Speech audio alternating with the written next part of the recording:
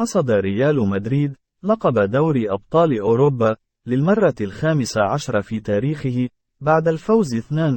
على بروسيا دورتموند مساء اليوم السبت على ملعب ويمبلي، وسجل هدفي ريال مدريد داني كارفاخال وفينيسيوس جونيور في الدقيقتين 74 و 83، وبذلك يقتل ريال مدريد حلم دورتموند الذي كان يطمح لحصد اللقب للمرة الثانية في تاريخه بعد نسخة 1997. وبدأت المباراة بضغط من ريال مدريد بتصويبة قوية من فيدي فالفيردي لاعب وسط الميرنجي، لكن الكرة مرت أعلى مرمى دورتموند في الدقيقة 11، وكاد برندة أن يفتتح التسجيل لصالح الفريق الألماني في الدقيقة 13،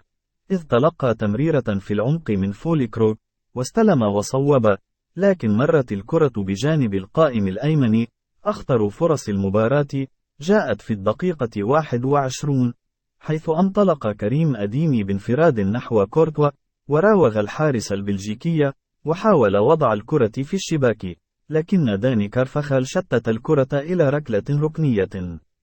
واستمر الضغط الأصفر بتصويبة من فولكروج والتي ارتطمت بالقائم الأيسر للحارس تيبو كورتوا في الدقيقة 23، وواصل كورتوا التألق ضد الهجوم الألماني وتصدى لتسديدة من كريم أديمي لترتد أمام فولكروج الذي سدد كرة رأسية أمسك بها الحارس البلجيكي في الدقيقة 28، وأرسل سابيتزر لاعب الفريق الألماني تصويبة صاروخية من خارج منطقة الجزاء، لكن كالعادة كورتوا تألق في التصدي لها بالدقيقة 40 ليخرج الشوط الأول بالتعادل السلبي. ومع بداية الشوط الثاني احتسب حكم المباراة ركلة حرة مباشرة لريال مدريد أنبر توني كروس لتنفيذها، حيث صوب صاروخية أقصى يمين الحارس كوبيلي الذي تألق في التصدي لها، وتلقى كارفاخال الكرة داخل منطقة جزاء دورتموند وصوب بقوة، لكن الكرة ارتطمت بالمدافع ماتسون قبل أن تصل بين أحضان الحارس كوبيل في الدقيقة 56،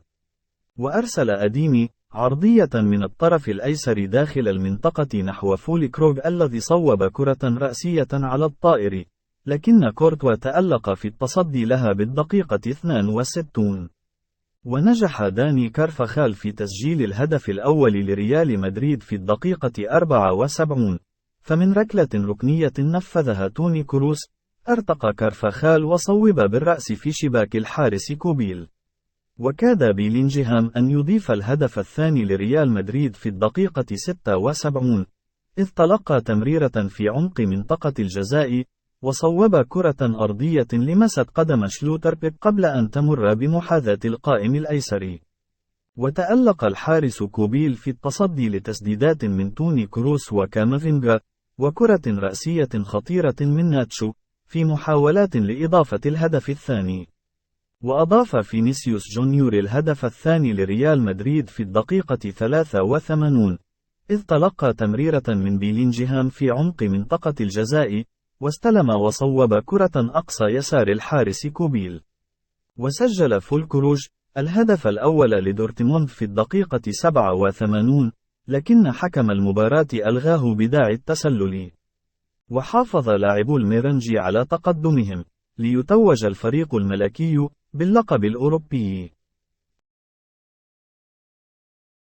السلام عليكم، لا تنسوا الإعجاب بالفيديو والاشتراك في القناة تشجيعا لنا لنستمر بنشر المزيد إن شاء الله.